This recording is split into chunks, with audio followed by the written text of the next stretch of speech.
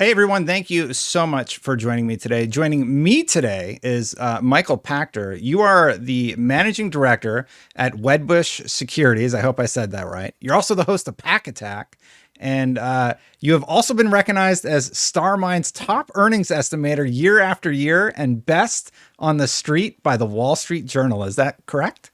Yeah, I'm actually I'm okay in my day job. So notwithstanding the hate that I get from online financial industry trolls, I remain employed after over 20 years, so I must be doing something right. Yeah, you seem like you're doing okay. And just for full disclosure, you don't own stock or anything in any of the companies you analyze. Is that correct? Yeah, not permitted to. Yeah. I owned stock in one company that one of my colleagues covered once, and it was about the worst experience ever because he didn't even work for us when I bought it.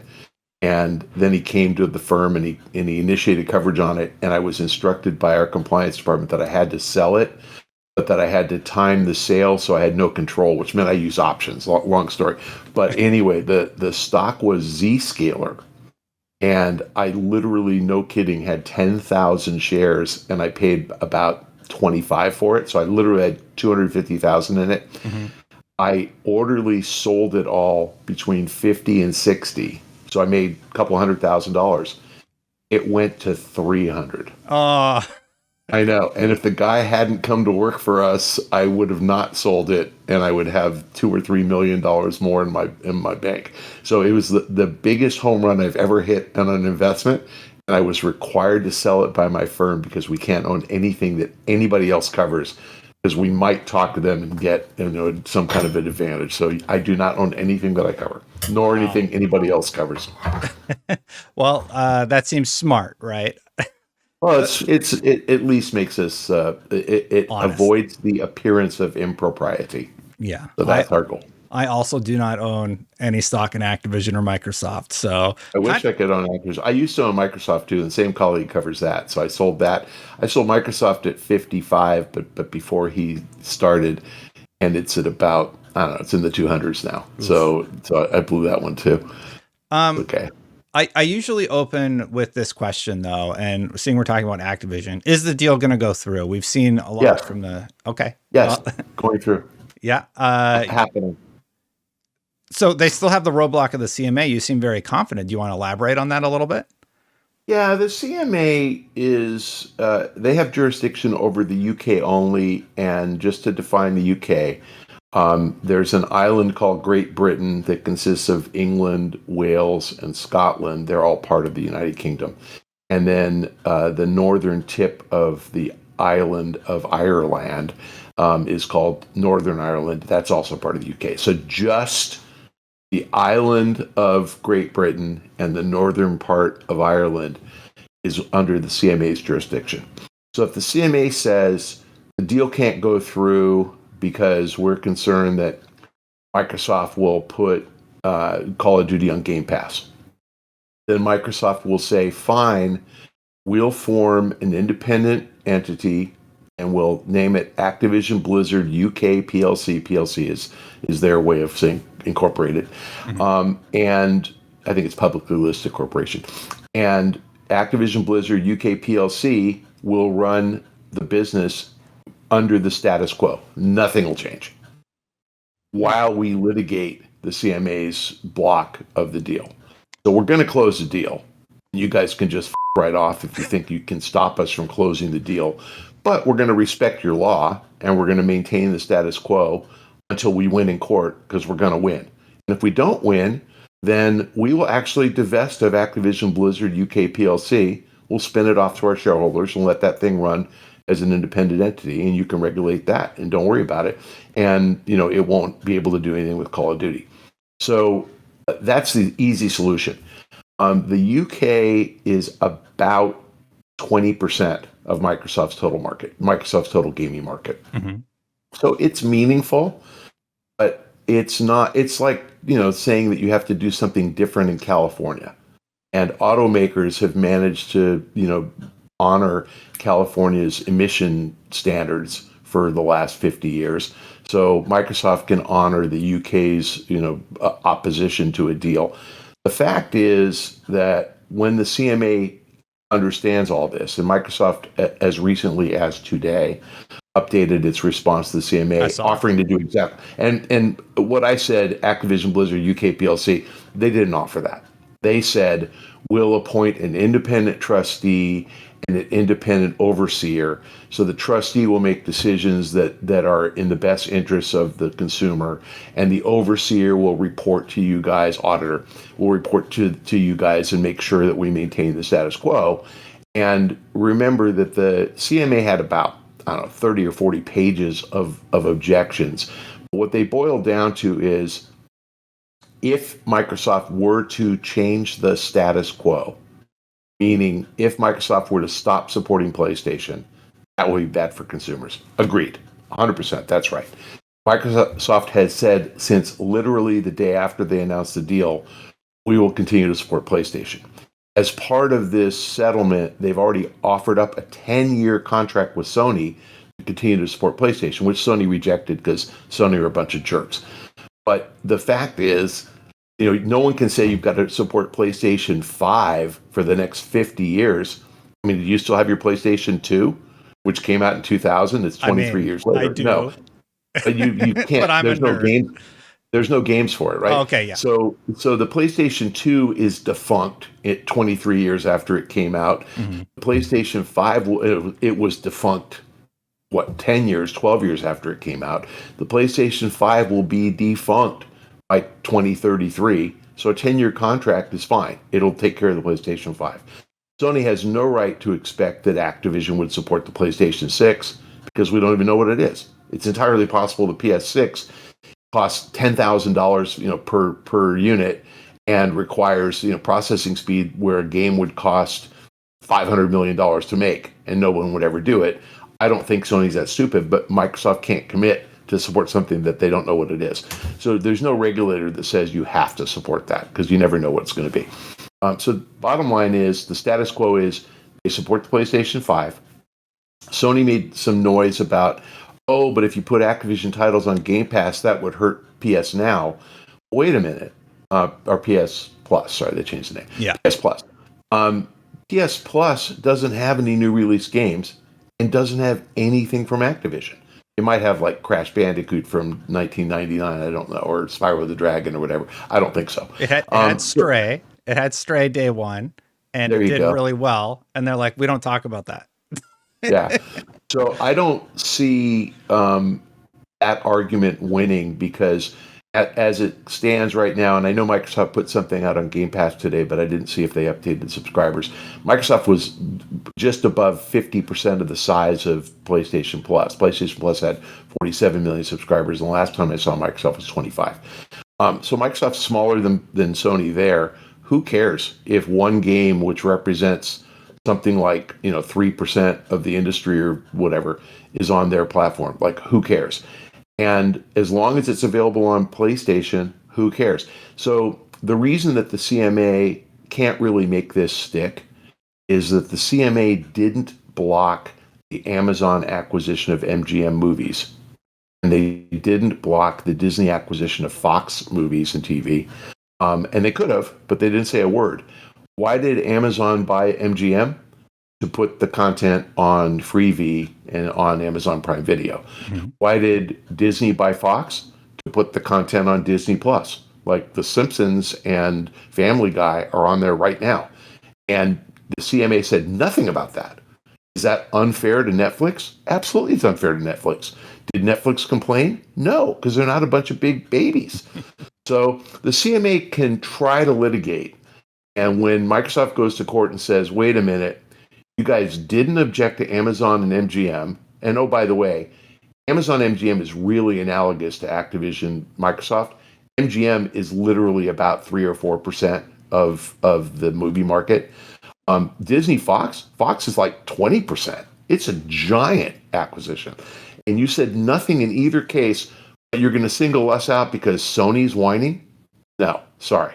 So no, honestly, they're going to win in court, but the solution that they propose, which is the independent trustee and the auditor, that'll be enough.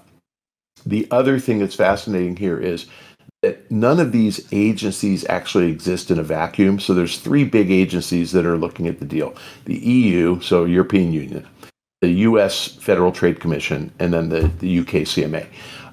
The EU did something very clever. They moved their decision date to one day before the CMA's decision date. Yeah. And so April 25th. And then they leaked out that we're leaning toward approving the deal. And they leaked out, they are Microsoft, that Microsoft is accommodating all of our requests.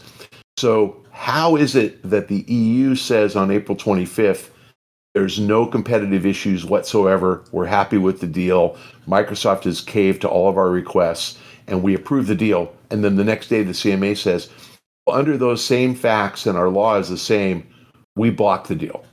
No court is ever going to uphold that, and the CMA knows that.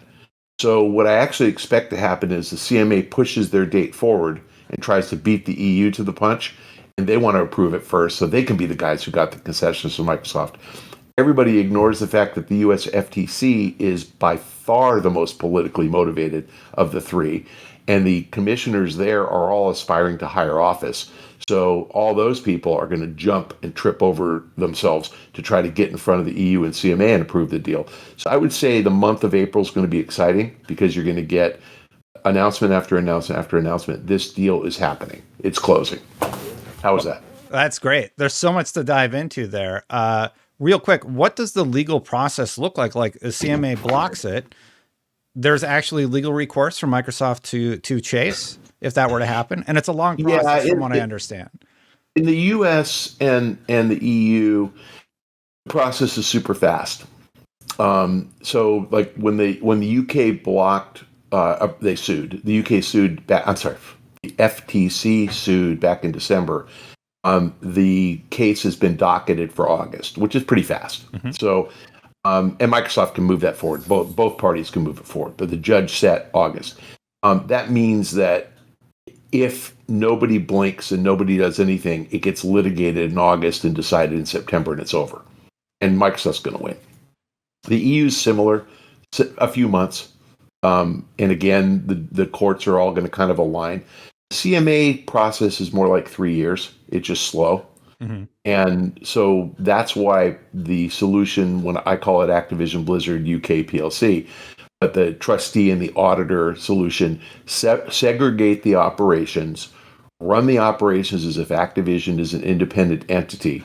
So they have to deal, Activision and Microsoft in the UK have to deal as if they're arm's length, even if they're both owned by the same people. You can totally do that. They absolutely can do that. And, it's interesting because I think that most consumers and most of your viewers don't actually appreciate that this happens in the law all the time. When companies buy intellectual property, and I'll give you as an example, a TV show like The Office, so NBC Universal owns it, because the contracts for all the talent, Steve Carell and all the people in that, depend upon ongoing residuals, royalties. They're required to negotiate the streaming rights with a third party, independent third party, to make sure that the actors and other creators, the producers, the directors, cinematographers, are all getting paid the right amount. And the way to do that is they literally have to deal at arm's length, which means they have to put this out to bid someplace else. So if Netflix offers $500 million for the streaming rights, and NBC Universal for Peacock isn't willing to spend $500 million, they have to license it to Netflix because you'd hurt the actors otherwise.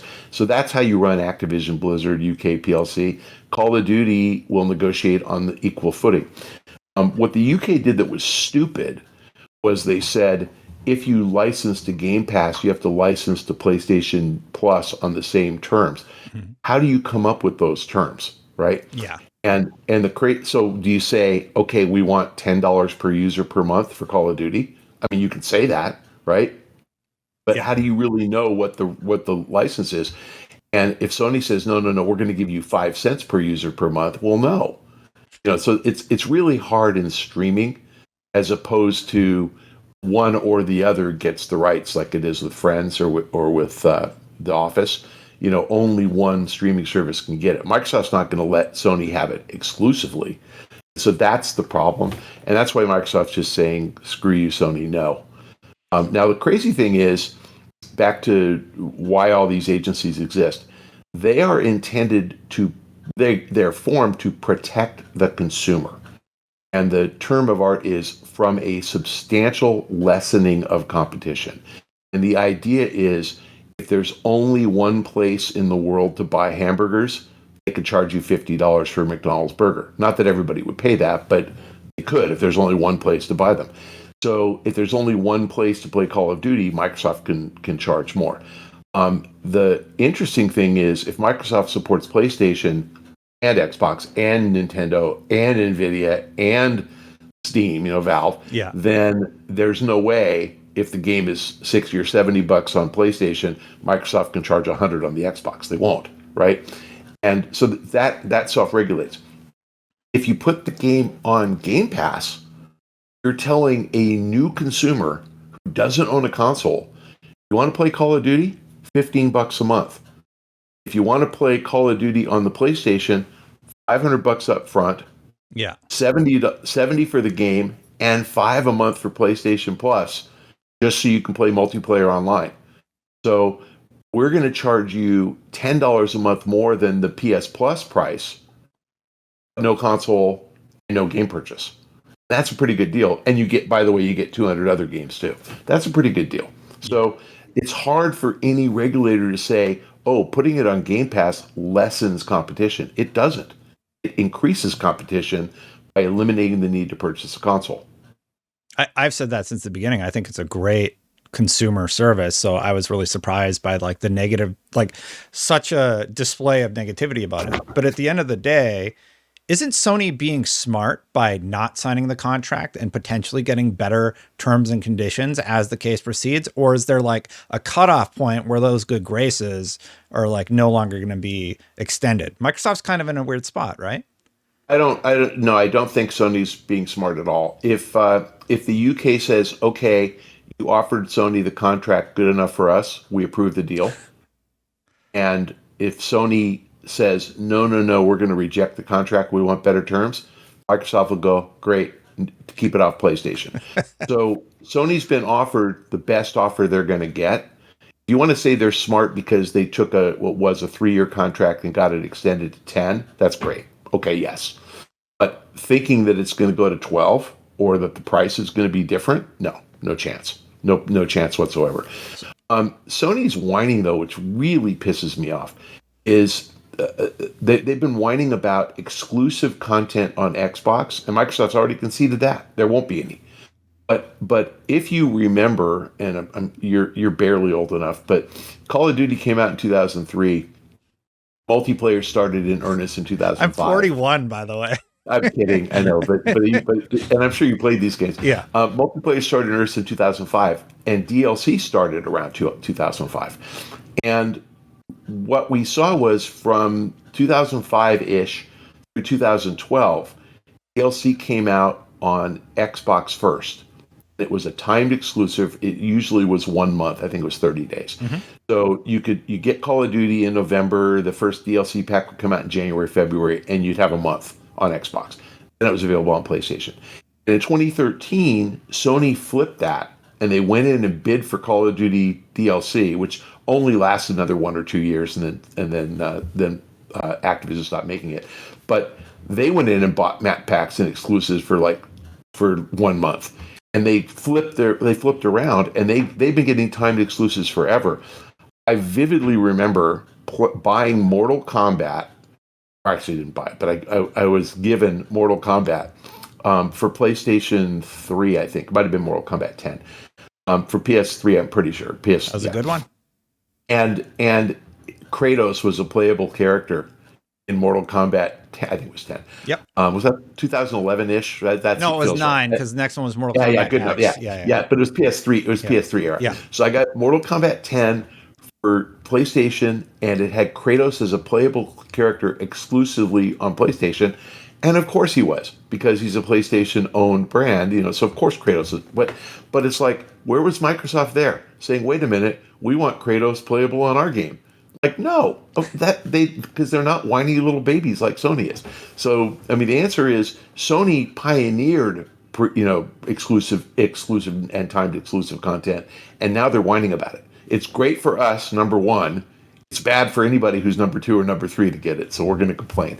They really ring hollow. Their complaints just actually have no legal merit whatsoever. There's a lot for me to dive into there. But the one question I want to ask you, and I had it on the list for questions I wanted to ask. Post-merger, do you think Sony or Microsoft will be seen differently by the industry? Because I think, well, I have my thoughts, but I want to hear what you think. I think Microsoft's already there, and Netflix has single-handedly screwed up the film industry. And what Netflix did was they lowered the cost of consumption of video content from a cable TV subscription for $85 and an occasional movie ticket or VOD or something. So maybe you spend, call it $1,000 a year to consume content. They dropped the price to what's now $15 a month. So if you just want to watch a lot of TV and you're not all that particular about which programs you watch, Netflix is a phenomenal value. But realistically, if you were paying $85 and consuming 30, 40, 50 hours a month of content, and now you're paying $15, somebody lost $70. That really happened. And I'm not saying times every consumer, but times several million people aren't subscribing to cable anymore. And if the $70 evaporated from the system, there's less money around available to support creation of content. What you saw, which was stupid, was Peacock and Disney Plus and Paramount Plus and HBO Max kind of rushing in to fill the void.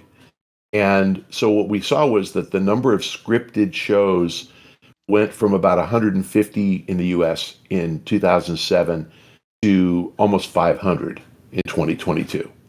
And what we're seeing in 2023 is everybody's cutting back, including Netflix, because the market just can't support all that content. There's just not enough hours in the day and not enough subscribers. And you're hearing now Disney Plus is losing money, Paramount's losing money, Peacock's losing money, HBO's not. Netflix isn't either. So what ended up happening is Netflix kind of single-handedly ruined the industry. Now, great for consumers. So I am not knocking that at all. And I could say the same thing back in the 1950s. McDonald's screwed up the restaurant industry by offering low-cost food. Back in the 50s, a burger was 15 cents. So, you weren't going to go to a Denny's and spend $2 for a burger when you get it for 15 cents at McDonald's. I don't know if you remember, you're 41. Remember the $6 cheeseburger at Carl's Jr., I think it was? I do. Yeah, but now you can't say it because it costs more than $6. But back then it was like $2.99.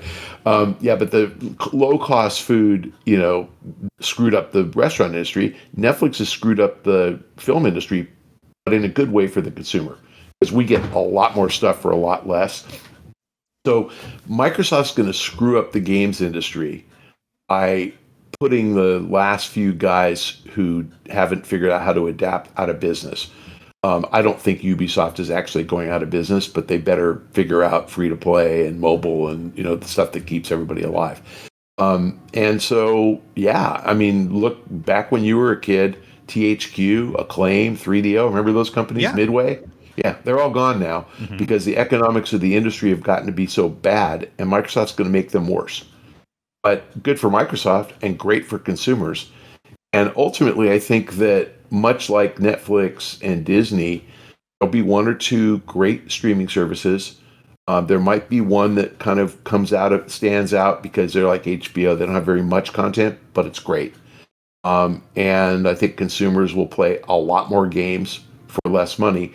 And the model's really the cell phone model, where, when I first got a cell phone in 1991, I paid $130 a month for 30 minutes of talk time. Yeah. And I paid extra for voicemail and roaming and long distance. It was crazy.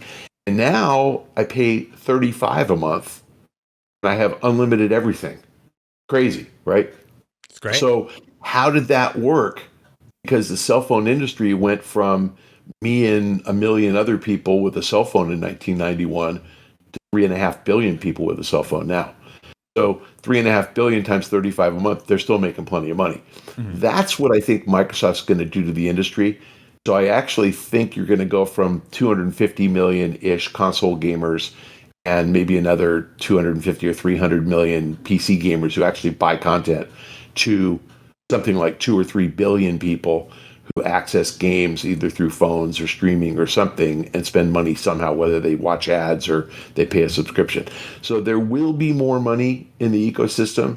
It's just going to be earned by different people, and it's going to be earned by the guys who adapt to the new model. So yes, I think they're screwing it up for everybody, but I think it's really good for consumers. And like I said, we have fewer game choices on console now because of Midway being gone and THQ being gone. Yes, you can still play Saints Row. Embracer makes it. Yes, you can still play Mortal Kombat. Warner Brothers bought that brand, but there's a lot of brands that are just gone. Turok, whatever happened to Turok? Remember that?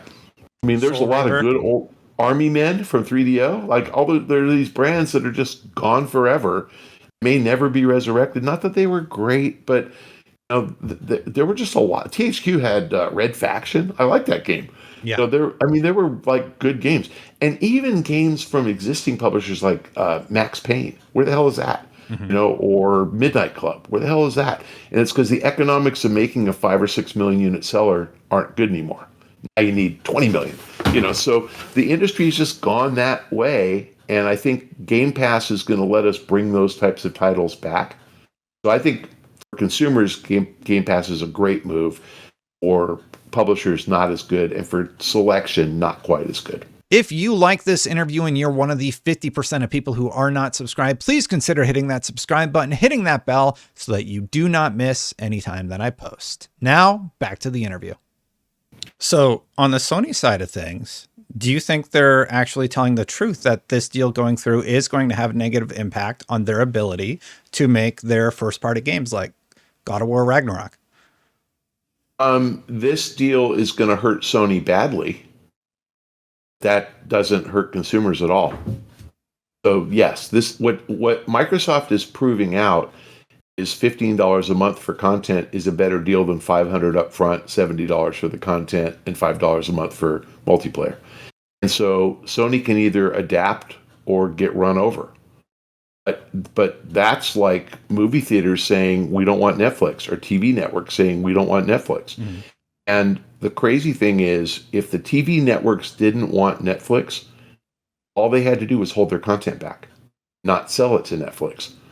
So imagine if every network, now again, this is illegal, but if they conspired with one another to hold all content from Netflix for 3 years. So let it have its window on regular TV, right?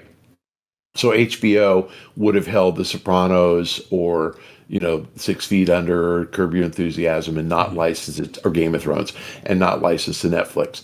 That's pretty much what HBO does, right? It's not collusion. They just kind of say we need a few years with our window. Network TV, shows like The Blacklist, literally one day after the end of the season, the entire season was dropped on Netflix. And as dumb as they are, I remember this 2012 or something. I remember I started watching Breaking Bad in the middle of season 3. Great show. The people I worked with said, "Oh my God, this show's so great, you got to watch it." And I went onto my cable system. I subscribed to AMC. I go to AMC On Demand, and it was probably 7 episodes into season 3. And I looked for season 1 and 2, not available. Season 3, it started in episode 2. Or episode 3. I couldn't even record that season and get it intact. So I watched seasons 1, 2, and 3 on Netflix. Then I watched seasons 4, 5, and 6 on real-time broadcast, or on DVR, excuse me. My point is that everybody kind of, the opposite of colluding to hurt Netflix, actually conspired to hurt themselves by holding back on-demand content. You still kind of have trouble getting it. Like my wife and I missed the debut of this season of Yellowstone, which has turned into a shit show. I don't recommend it. Anyway, we missed the beginning of the season, and I tried to record it 5 episodes in or 6 episodes in, and the first 2 episodes weren't available. But literally after the 8th episode aired, they brought them all back, and I was able to record them. and I pay for Paramount Plus, and of course, it's not there Mhm. because why would they put that on their own streaming service? Like again, the guys who own TV content are so freaking stupid that Netflix wins. So what's going to happen with that Game Pass is I think that the console guys like Sony will continue to be ridiculously stupid and will continue to hand advantages to Microsoft and allow them to grow. I admire Microsoft because they see this happening and they're exploiting it. And remember, at the end of the day, Microsoft doesn't care about profit per game per consumer. They care about taking Game Pass from 25 million subscribers to 225 million. If they add 200 million subscribers, they're making an extra, I can't even do the math anymore, 300 million a month. Like, is that right? No, three and a half billion a month, 3 billion a month. Yeah, 200 million incremental times $15. They're going to make 3 billion a month. Guess what? That funds a lot of content. They're going to be fine. So Sony is absolutely going to get their ass kicked, and it's not bad for consumers. So are we at sort of a reset point where the industry is sort of like you brought up in television and stuff like that? And for me, I look back at that time in history and I'm like, I feel like we're going through that again right now, where a lot of companies are realizing they haven't created sustainable models, or they just, like Ubisoft has made a lot of strange products that didn't resonate with consumers.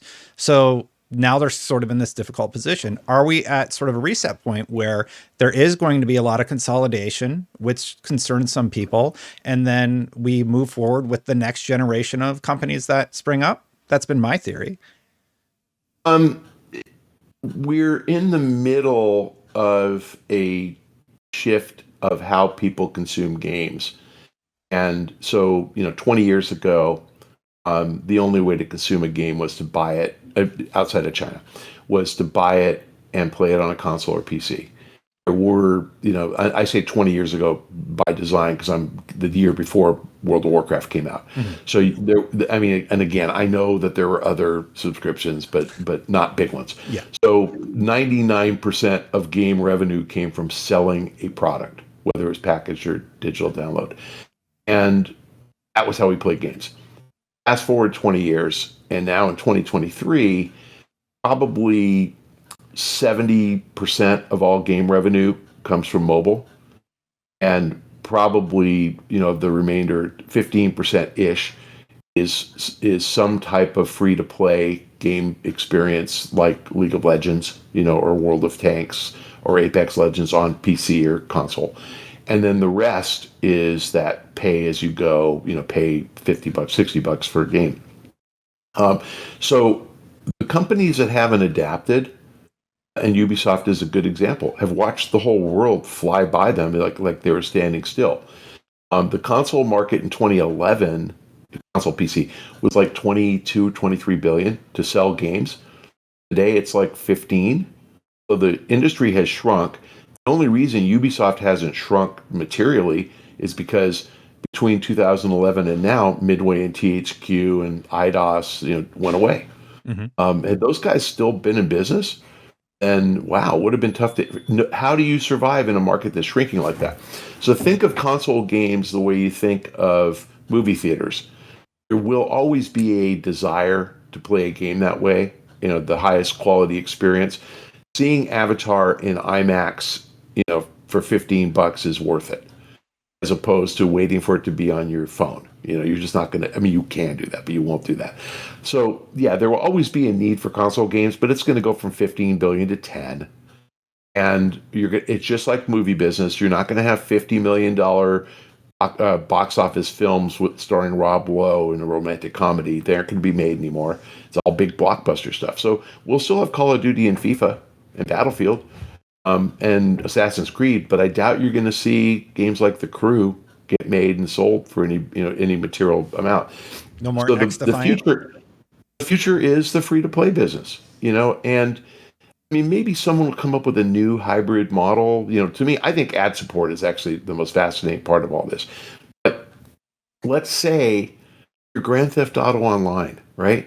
You do 400 million a year in revenue from GTA Online. The only people who can play it are one of the 145 million people who bought GTA 6 or 5 on console or PC. What if you just put that on Game Pass? It's free. How many players will you get? How about 25 million overnight, like you will? World of Warcraft, well, Microsoft owns that.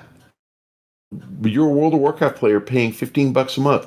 What if they tell you, oh, by the way, you still have your WoW subscription and you get everything else? That's great. Like, I think that's, so the models are going to adapt. I think you're going to get a lot of free-to-play content showing up on the subscription services.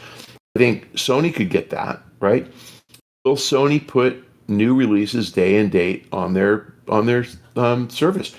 No, because they are clinging to the myth the console business is healthy and will remain healthy. It's not going to be. It's going to shrink. So again, they don't need it day and date. They can do it 3 months later, just like movies are in the theater. If you didn't see, this is on HBO right now, I think Babylon, or it's Paramount. It's on one of the services. I didn't see it. I didn't care. But it's on the service. I just saw Everything Everywhere All at Once. Yeah. What a great movie. But I didn't, I don't even remember being in the theater, right? But it's nominated for everything, and there it is, free. I don't even know when it came out. But boom, free. So you can watch, we're all trained with movies.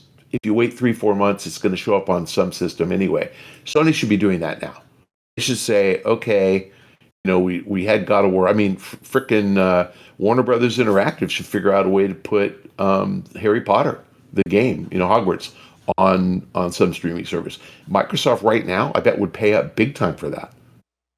I mean, they've already sold 12 million copies. Why not? Yeah.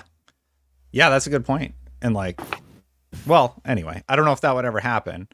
But actually, it won't. But it won't, because they all cling to the past and they're not thinking about the future. Yeah, I'm sort of curious. I think one of the predictions that I've seen that you've made, that I hear you get a lot of criticism for, is the one about how the console is going to go away. I believe you said something along those lines. Is that correct?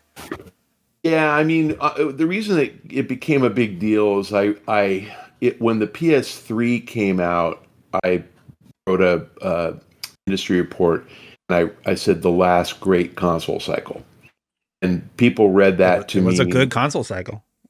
Yeah, but people read that to mean there would never be one after that. And in my 175-page report, single-spaced report, I in fact said it would be bigger than the next one. So the PS3 Xbox 360 cycle would be bigger than the PS4 Xbox One cycle, and that turned out to be true. And I said that the PS4 Xbox One cycle, which I didn't know the names back in 2006, would be bigger than the PS5 Xbox Series X cycle, which so far has proven to be true. Mm-hmm. All I'm saying is that as we get more opportunity to play games elsewhere, we're going to spend less time consuming games on consoles. And it's the same exact logic for box office, essentially, if you ignore ticket price. Turnstile turns, box office attendance has gone down every year for about COVID, but literally there's been 1 or 2 years where it's flat or up 1%. Mm-hmm. That's hit driven. But on a long-term trend, it's dropped 3% a year for the last 20 years. And that's because we can consume movies elsewhere. So my argument back in 2006 was, as we are given an opportunity to consume video game entertainment elsewhere, we will spend less hours on console gaming. If we spend less hours, we will necessarily buy fewer games. Now, in 2006, I didn't see Call of Duty becoming the phenomenon that it's become. Mm-hmm. Because it wasn't. I think there were probably 2 million or 3 million people who played multiplayer back in 2006. I certainly didn't see FIFA Ultimate Team becoming the phenomenon that's become 25 million people. Yeah. But so clearly the console guys have done things, and GTA Online, to perpetuate engagement, to keep it going and going and going. So it's been slower than I thought, but I'm absolutely right. It is still happening. And again, I use the movie model as my analogy, and that's the right analogy. Game streaming is, 12 years behind movie streaming? Mm-hmm. Netflix, believe it or not, they started video streaming in 2007. Got big in 11. We're in 2023, and game streaming is still not that big. Give it another 10 years. I mean, here you and I are talking, sitting 50 miles apart with pretty high speed internet. Only a matter of time before everybody has that. I believe, and I'm not an expert. 5G is going to be that thing. I've read that 5G, if they ever get enough towers everywhere, will replace fiber internet and be faster. Oh, So if that happens, then we'll stream anything we want, anytime we want. Obviously, lag is an issue. And if you want to play multiplayer competitively in a shooter game, then even 20 or 30 milliseconds is too slow, of lag. It won't be fair. So we'll still play console games. There will be that component of the population. mm-hmm. That isn't everybody who plays Call of Duty online. Slow twitch guys like me, like if I play any multiplayer game, it's Overwatch and I'm Reinhardt. I'm a tank. I move and I could care less about lag when I'm trying to figure out how to move from here to there and just block out, my Hanzo or whatever. Like I don't care. So, that's most players. I think most players aren't good enough, competitive enough to care. Most meaning more than half. I don't mean 90%, but sure, I think there still will be purists who play on console only. I know people who play Fortnite on their phone. That's clearly not the best experience. But you can participate. You can do stuff, and they do. So I get it. It's more about accessibility, right? At the end of the day. And Totally. what I was going to follow up with is, do you think we're closer to that reality than ever before? Because even just looking at what Microsoft's doing, you can play on PC, you can play on your phone, you can play in your browser. You don't even need hardware anymore, but you bring up the lag component and things that still need to be overcome. So you kind of hit on all that though. So everything I do is based on my keen grasp of history and extrapolating history and assuming it's going to repeat itself. If you kind of roll back to the 1940s, the only way you could consume filmed entertainment was in a movie theater.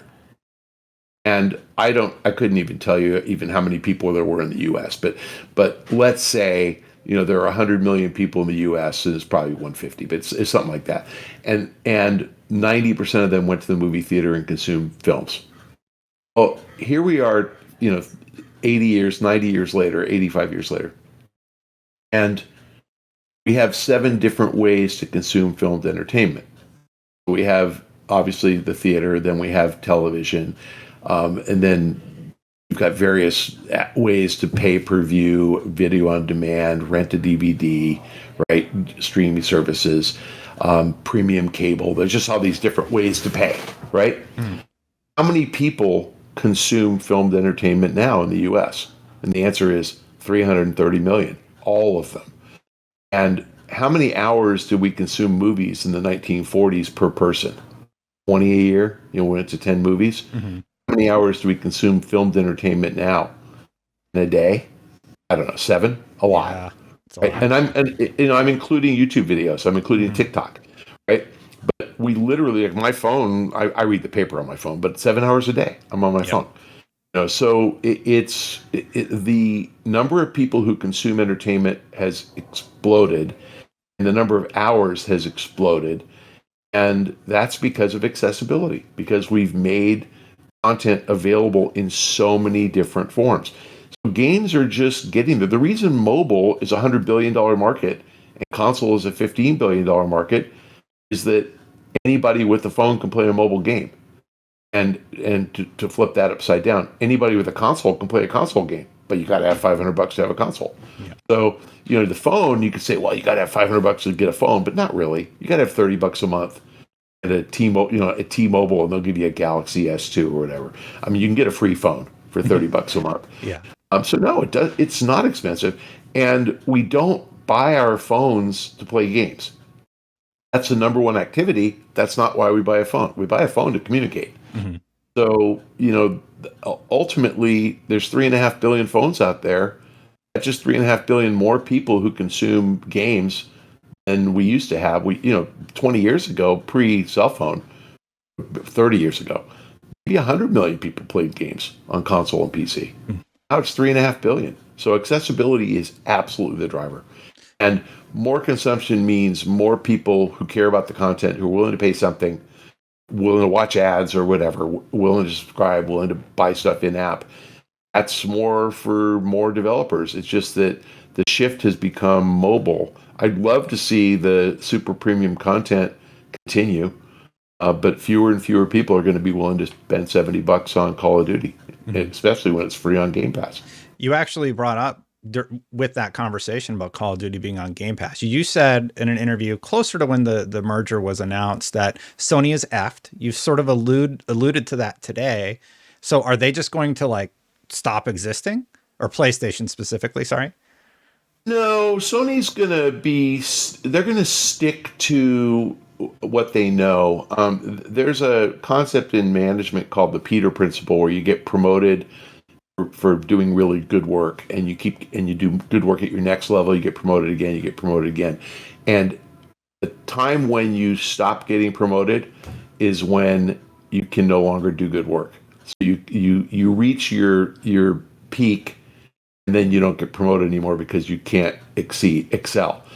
Sony is kind of that way. They've had a successful formula since 1994 with the PlayStation 1, and they've stuck to it, and it's worked brilliantly for them. And Nintendo, same.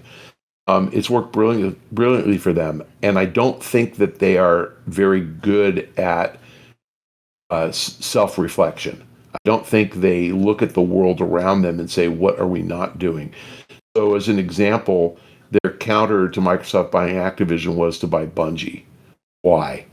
Because Destiny is so freaking popular. I mean, what the hell? What was that, right? And it's not, again, Bungie's great, but they don't make mobile games. Where's Sony in mobile? Oh, no, they're a console publisher. They can't do mobile. Where Activision bought King. Look at that. EA bought Glue. Take-Two bought Zynga. Like, what's wrong with you, Sony? Maybe you should be doing some of this free-to-play stuff. So I think what's going to happen is Sony's market's going to get smaller and smaller and smaller. They'll continue to thrive because they're actually good at what they do. PlayStation 6 and 7 and 8 will be great. In fairness, like, I have a PS5. Mm-hmm. I have a PS4 Pro. I honestly can't tell the difference in the games.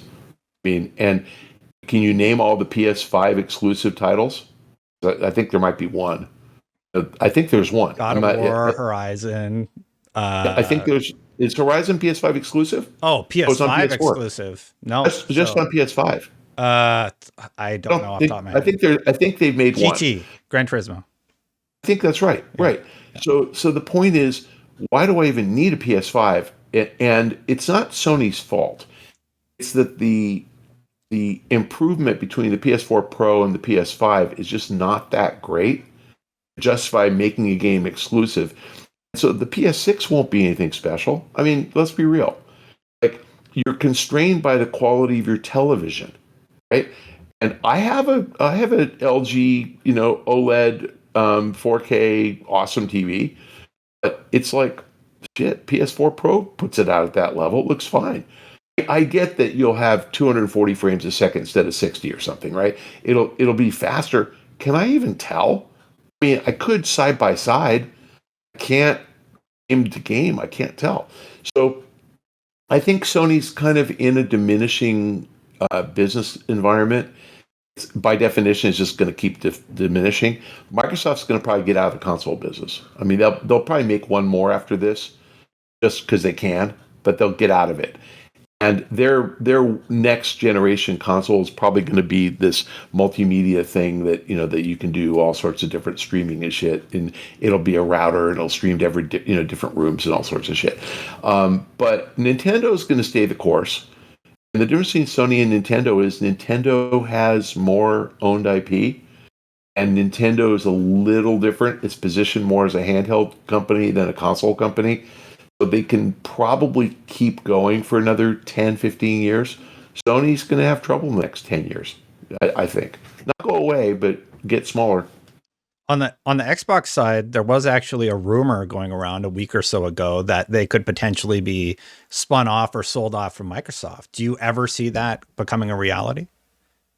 I don't understand Microsoft's internal working, so I don't want to. I'm far from an expert on that. But Microsoft noticed in the last decade or so that as they pivoted from offering Office or Windows and Office for call it $400 every time you bought a PC, they shifted to offering a subscription for call it $100 a year.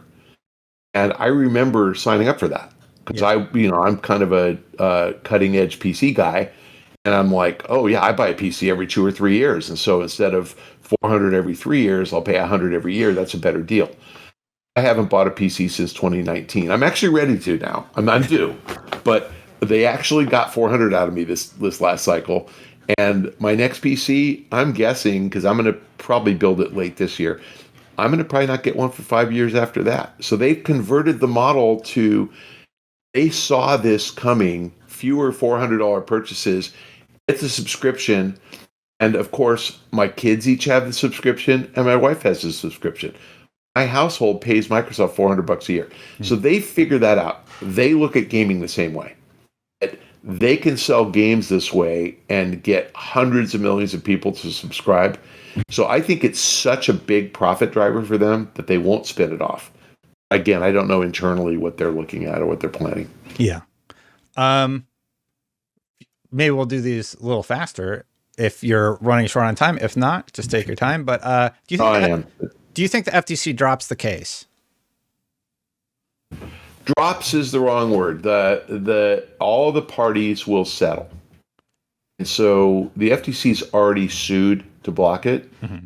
What will happen is that the parties, FTC and Microsoft, will go to court. They will enter into a consent decree where the FTC consents to what Microsoft offers.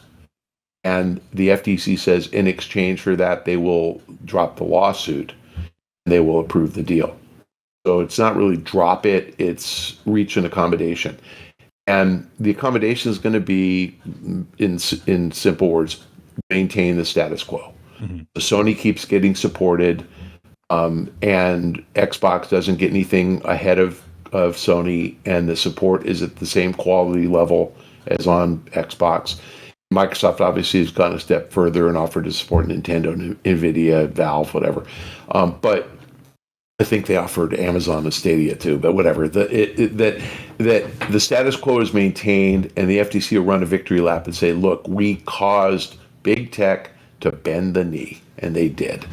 So they've conceded, and we're happy with the concessions, and we protected the consumer, and the deal goes through. And I think this happens in April, so it's timely. It's happening soon. Yep.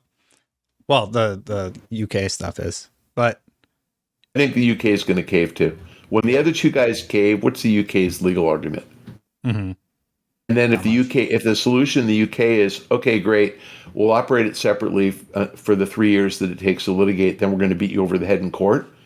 In the meantime, if you're a UK Game Pass subscriber, you're whining, how come I have to buy Call of Duty and everybody else gets it for free in every other region? And what's the UK? The UK CMA is going to go, yeah, we're protecting you by making you spend $70 more to play Call of Duty. That's stupid. No. But ultimately, no. I think that the consumer brings the CMA down by complaining that it's not fair. All my Call of Duty, squad mates in the US and France are playing it as part of Game Pass, and I have to pay. Yeah. How is that protecting me? Yeah, that's a good point. Why did Berkshire Hathaway reduce their stake in Activision? No idea. I mean, who knows? I honestly do not understand anything those guys do. They're smarter than me. Maybe they had enough. I don't know. They're tired of the drama. I actually don't know the answer. It's gone up a lot, so it's up to 80 or something right now. But yeah, it was at 72. And I don't even know where they bought. The deal was announced when Activision was at 64. Oh, I don't know where Berkshire Hathaway bought it, but it's entirely possible they manage their exposure. I don't know. And I believe you said something along the lines of like, it seems like it's no lose stock. Am I incorrect, or could you? Yeah, I did. The way you would value stock, okay, again, investors don't actually endorse this, my opinion, yet, but they will. The games industry has growth potential at least equal to the rate of gross domestic product growth. So global GDP growth, call it 3%. Long term, the games industry will grow at least 3%. The games industry has going for it increasing gender diversity, so more women entering and playing. And I'd say, girls under 20 all play games. Girls over 50 don't play games as much, right? But, ultimately it's going to be 50-50, and it's probably, 60-40 now. So you've got another 10 percentage points or so there. You've got a lot of age growth because every year 80-year-old guys die, and there's somebody new who never played games, and there's somebody born who's going to play games for the rest of their lives. Mm-hmm. So those things add about 2% maybe a year to the 3% GDP growth. And then you've got technological advancement and business model advancement, so changing the model from buying a console and a $70 game to subscribing or playing on a mobile phone. And those things, technology meaning streaming, that adds another 1 or 2%. So when you get an industry that's growing 6 or 7%, the market's lucky if it grows 3%. So these guys are growing twice as fast as the market. They should trade at a premium to the market. Market trades at about 17 times earnings. Activision should trade at about 20 times, and they're going to make $450. Oh, simple. They're worth 90 or more. They're trading at 80. That was some stocky stuff that I don't understand, but I'll take your word for it. Yeah, but the multiple just means that if you expect to generate $4.50 of earnings of return on your investment every year, mm-hmm. what will you pay for that? And the overall market says it'll pay 17 times that. And I'm just saying a company that's growing better than that, the 450 is going to grow if the company grows. The market will pay 20 times that. So $90 is about what it's worth. That's what, 12% growth a year? No, the earnings growth would only have to be about 7. Oh, wow. And you would pay 20 times. Okay, cool. I guess I'm saying, like, if you were to buy an apartment and rent it out to somebody, mm-hmm. how much would you pay for it if you knew you were going to get $450 a month in rent? There's a multiple. You say, okay, if I invest, whatever, would you invest $1,000 to get $450 a month? Yeah, of course, because you're getting $5,000 a year. Yeah. Would you invest $10,000? Yeah. Would you invest $100,000? Maybe. But the answer is somewhere in between. That's how you determine what stocks are worth. You determine how much you're going to earn, and then you decide what you're willing to pay for that. Got it. Well, I don't want to take up any more of your time because this has been wonderful, and I just really appreciate you making the time to sit and chat with me about Activision Blizzard. It's fun. I really like this topic. It's been really interesting, and it's a huge deal for the games industry. So your knowledge is just great to have on the show, and thank you for joining. Thanks for having me. Yeah. All right. I'll let you get back to it, and I'll get back to it also. All right, Dustin. See you later. Bye. A huge thank you to Michael Pachter for joining and talking a little bit about the Activision Blizzard case. If you like my content and you're one of the 50% of people who aren't subscribed, please consider hitting that subscribe button, hitting that bell to know when my content goes live. And if you would like to become a member, you can get early access to the full interview like the one we just saw right as soon as it's done, basically. Click that join button to do that. And thank you so much to all of the members. If you would like to check out the Foss Patents interview, you can do so right here. I'm going to get out of here, and I'll see you for the next one. Bye for now, everybody.